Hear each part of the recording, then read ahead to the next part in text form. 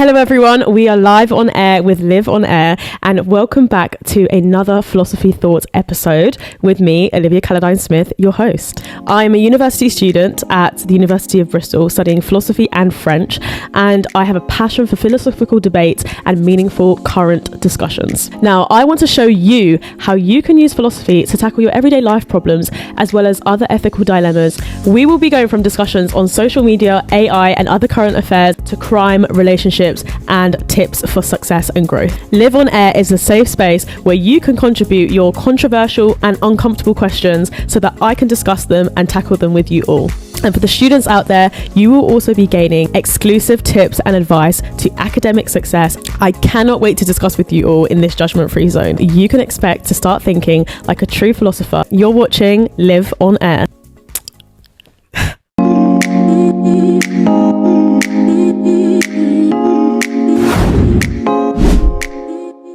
Okay, so we are live on air with Live on Air. This is so exciting. This is my first episode. I just want to start by saying thank you to anyone who's tuning in right now. I'm just going to give you a bit of a background as to why I started this podcast. This podcast channel is not to brain fog you with loads of philosophy, confusing, convoluted information. Don't worry, we are not in school. I very much don't want to have to do that with you guys. I really want to make philosophy relevant. I don't think people actually underestimate how important philosophy is and how much it can help you. You can apply philosophy to everything. People don't actually know how many things you can apply it to, and that's why I want to create this channel so that I can take modern problems, your day-to-day life problems, your relationships, crime out on the street, medical problems. I just want to bring a philosophical perspective to those problems so that it can help you in your everyday life, how you see things. I really do want to share my thoughts and ideas with you guys. Moving on from that, we are going to delve into today's first discussion topic. And yes, the title might have thrown you a bit. What does it mean to be human? And how understanding, this is the more important part, how understanding what it means to be human will actually help you in your day-to-day life, will help you live, will find purpose for your life. And that's kind of what I want to go into. I'm going to start off with something more philosophical, and then I'm going to bring it out and zoom out into something very current and to kind of help you live for success and live for growth and live for purpose. I'm going to start by referencing an amazing author, an amazing book, Peter Vardy's Being Human. I don't know if some of you guys have read that book. Yeah, I just read a few chapters actually. I read this book actually over a year ago when I was applying to Oxford for university. Okay, so before I get onto my perspective, I'm going to start off with two key perspectives. One very ancient perspective, Aristotle, an ancient philosopher, and then I'm gonna go on to Peter Vardy, who's a more recent thinker. In answer to the question, what does it mean to be human? Aristotle says that to be human, it means to be kind of physically everything it means to be human. So if you are deformative in any way, like you have a missing arm, you're less of a human than you otherwise were. Intuitively, you just think straight away, if you don't have part of your arm, are you really going to tell me that you're less of a human? So everybody with disability, if I go into the war now and I lose two of my legs, am I less of a human? Not at all. So that's basically Aristotle's idea of what it means to be human. And then we've got Peter Vardy, who offers a really interesting perspective. He says what it means to be human is to fulfill your own individual potential to its maximum, basically, and choosing not to commit morally wrong acts. This is where it starts getting interesting, and this is how it's really going to help you with your life now. So I really want you to think now, when you think of your life and you're comparing yourself to other people and you feel like you're not growing and you kind of lose your purpose, like, why am I here? Or you just procrastinate a lot. You don't really, you have ideas in your head like, I wish I could do this, I wish I could do that, but you don't do it. And this is why it's really important to understanding Peter Vardy's perspective on what it means to be human. Fulfilling your own individual potential. Understanding that concept is understanding that your potential is not somebody else's potential. So the potential of a butterfly, for example, I think Peter Vardy actually uses a similar example in his book with animals. The potential of a butterfly who's lost its wing is different to a butterfly that has all 4 of its wings. Now, of course, the defective butterfly that's lost its wing, say it's caught on a branch or something, it doesn't make it any less of a butterfly. In the same way that if I lost my arm in a bombing, I'm not less of a human. But it's what you do, how much you fulfill your potential in that given situation. The butterfly that hasn't lost its wing is obviously going to be more successful at doing what it needs to do because it can fly around properly. But it might choose not to. It might just choose to sit on a branch and do nothing. And on the other hand, you might have the butterfly that's lost its wing, but it's chosen to do what it can, right? The same thing goes and applies for us as humans. We might have the potential to go to the gym and train, to get a better physique, the potential to eat the right things that don't, ruin our health, etc., etc., etc. But instead of going out for a run in the morning and fulfilling my potential and knowing that that's going to help me, I could choose to slumber in bed all day long and do absolutely nothing. I might be perfectly fit and healthy and well enough to go out on a run, but I might choose not to. And then somebody who's lost both of their legs and has prosthetic legs, they might choose to go on a run. It might be more difficult for them, but they're not less of a human. They've fulfilled their potential. They might not have the same potentials as me because they don't have their real life legs. They might not be able to do certain things that I can do, but they are still doing what they can do. Whereas me, I could just sit down and do nothing and I haven't fulfilled my potential. And that's not what it means to be human. Being human is reaching your own individual potential. And part of that is understanding that you have a different potential to that of somebody else's. You can't always do everything that everybody else can. Your path and your journey is not going to be the same to everybody else. So you kind of have to remember what your potentials are, where you can maximize your potential most and go for it there. E.g., I know that I started football really late. It's not something that I started from a young age. I started it when I was 15, 16. And I know that it's something that I'm good at, but it's not something that I could necessarily fulfill my full potential. Because if I was to drop my studies, for example, at my university to do football, I don't think I fulfilled my potential. I might maximize somebody else's potential who's been doing it for a long time, has more experience with it, etc., etc. It follows their life pattern, their life journey. That's why you can't always look at other people and think, oh yeah, their way of being and their way of living is better than mine. It's not. You need to look at your own individual potential and then fulfill that, right?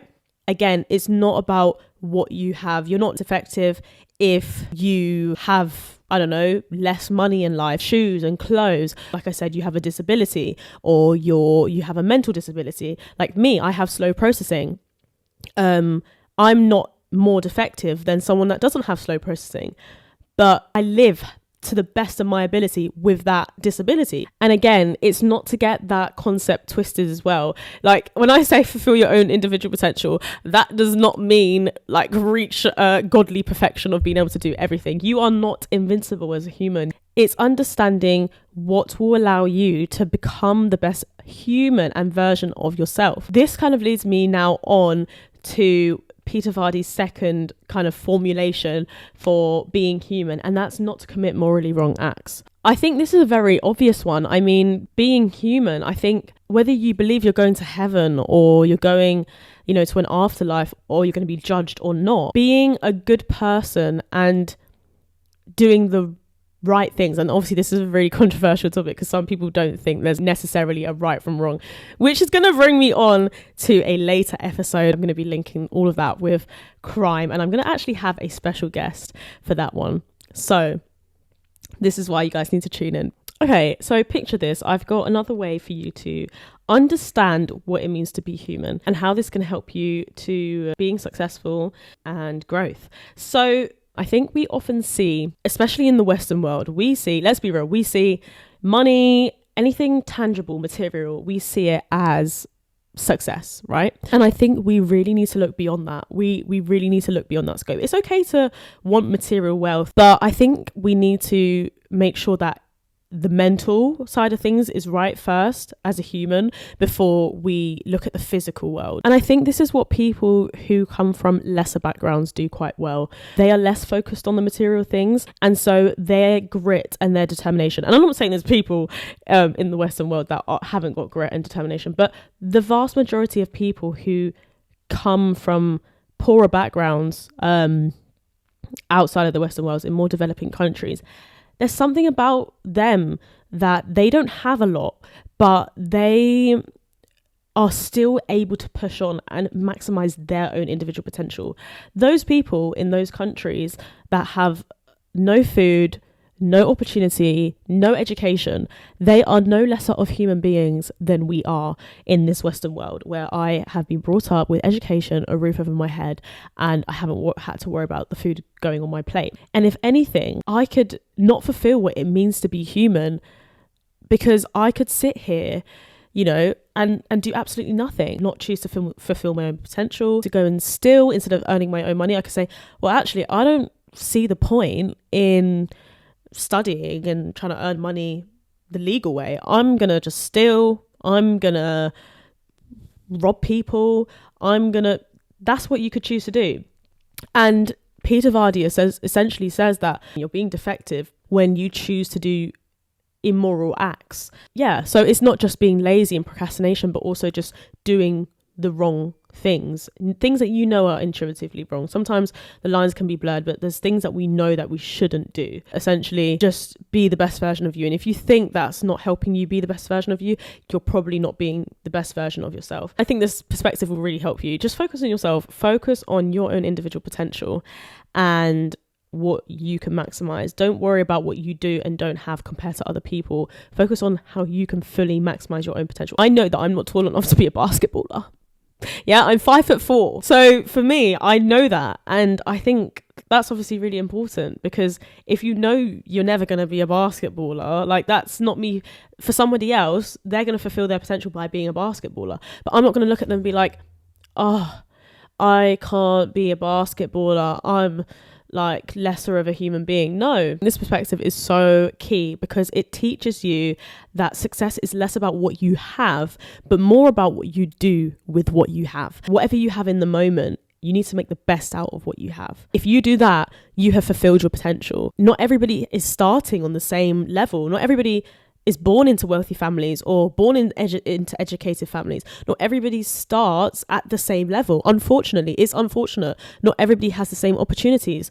We're not all put on an even playing field, at all. And so, but you cannot let that hold you back. You have to focus on what you do have and what you can do with what you have. That's literally it. That's the key idea of today. Better get away from the mic, because I'm going to start doing ASMR here. I don't think you've come on here for ASMR, have you?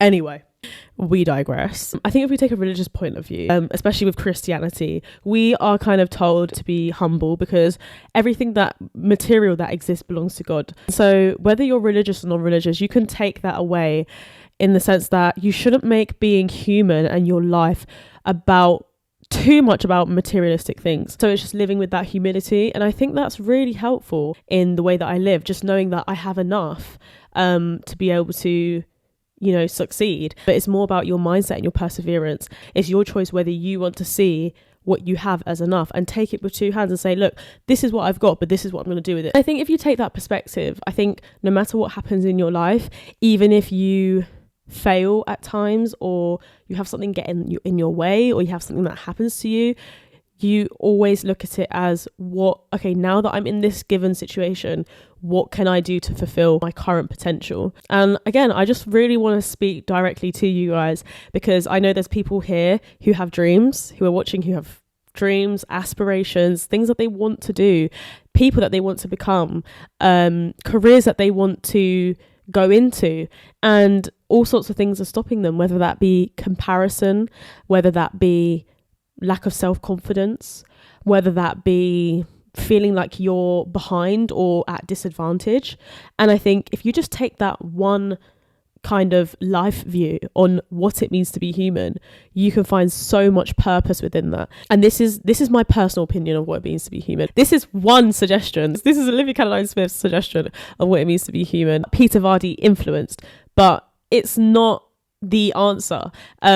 It's just using philosophy and some people's kind of ideas and then kind of applying that to my own life and thinking, how can I think beyond this book? If we can change our perspectives and look at life in different ways, that can really, really help. My main takeaway before I end out on today's episode is, in my perspective, being human is fulfilling your own individual potential and not committing morally wrong acts. I think if that really helps, because you know that, one, I'm not going to compare myself to other people. I'm not going to compare myself to the potential of other people, because everyone's potential is different. And again, we look back to the fundamental examples that Peter Vardy gave with like the butterfly, and we don't take Aristotle's insinuation that we are defective as humans when we have a disability, because that is completely wrong. You can really see the sinister undertones with that. But just remember those things, and I hope you've been able to take something away from that today. Thank you guys so much for tuning in today. I've really enjoyed having you here. Make sure to follow all my social media accounts. Stay tuned, because next episode I have a guest. It is Live on Air. See you next time. Goodbye.